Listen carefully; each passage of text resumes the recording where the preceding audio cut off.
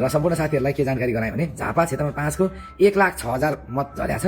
मात्र 2300 को vote count हुँदैछ। हाम्रो यस्तो पनि ठाउँ छ तपाईँको हाम्रो संस्कृतिको कि तपाईँलाई अहिले भनिदिरहेको गाउँहरू डल्लै गाउँहरू तपाईँको चाहिँ माटो भएको गाउँहरू पनि छ। मैले भिडियोहरू पोस्ट केही गरेन, किन भन्दाखेरि त्यो बिगारिदिन्छन् भनेर मैले केही गरिनँ।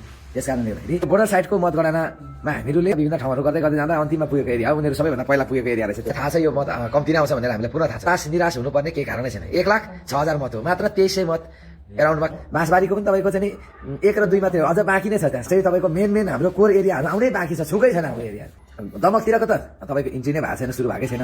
यी सामाजिक सञ्जालमा कति फेक हाले गरे आयो विपक्षीहरूले। के गरिरहेको छ भन्दाखेरि हाम्रो मत त देखाएकै छैन। हामी तेस्रो पोजिसन देखाएकै छैन त्यहाँनिर। कतिले तपाईँको 79मा धरानमा मैले 4463 मत प्राप्त गरेँ।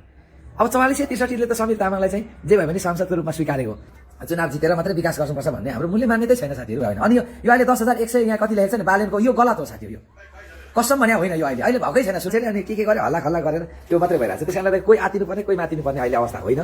जित्नु मात्रै ठुलो न, भोलि गएर त्यसलाई टिकाउनु ठुलो कुरो रहन्छ। फेरि नाचै सम्बन्ध बच्चा जन्मियो भने भरे लास्टमा गएर त्यो बच्चा कता जाने भन्ने कुरा, त्यो बच्चाको जति दुःख केही हुँदैन नि।